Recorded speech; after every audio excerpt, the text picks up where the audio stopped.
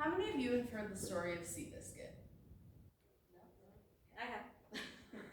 Seabiscuit was a racehorse who was comparatively small in stature with an affinity for food and long naps. So essentially, he was a pretty lazy horse. But somehow, he still managed to win one of history's most memorable races against the Triple Crown winner in 1937.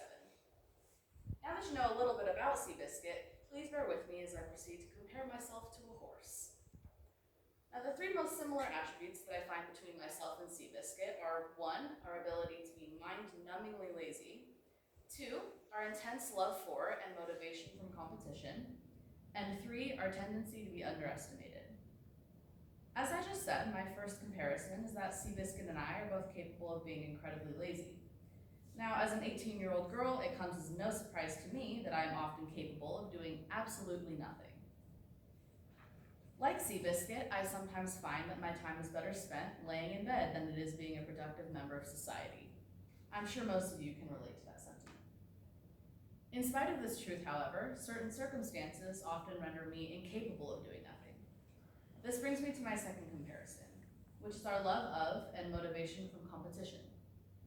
While I enjoy doing nothing, the presence of practically any form of competition never fails to jumpstart my motivation. Seabiscuit was known to race alongside the leader in a race, but slow down once he took first place.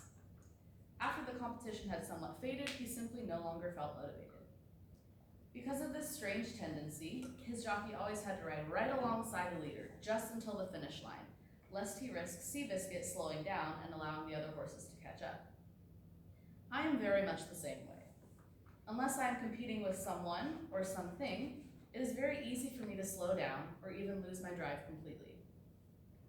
My final comparison is that both Seabiscuit and I are often underestimated.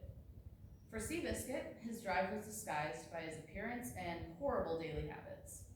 He constantly ate, slept, and generally refused to exercise unless he was directly opposed by another horse. Yet he still made history, and he still beat a world champion horse. Similar to Seabiscuit, my drive is disguised by my tendency to be lazy sometimes. It is often mistaken for a general disregard of anything and a lack of motivation in everything. However, I'd say that since I did not write this speech an hour before class, that those generalizations about me are not always true.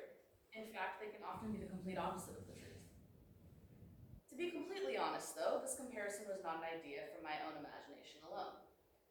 For as long as I can remember, my parents have always made fun of me by calling me Seabiscuit. I used to get a little bit offended, but now that I think about it again, I'm realizing that Seabiscuit was, and is, a beloved champion who succeeded at something he loved.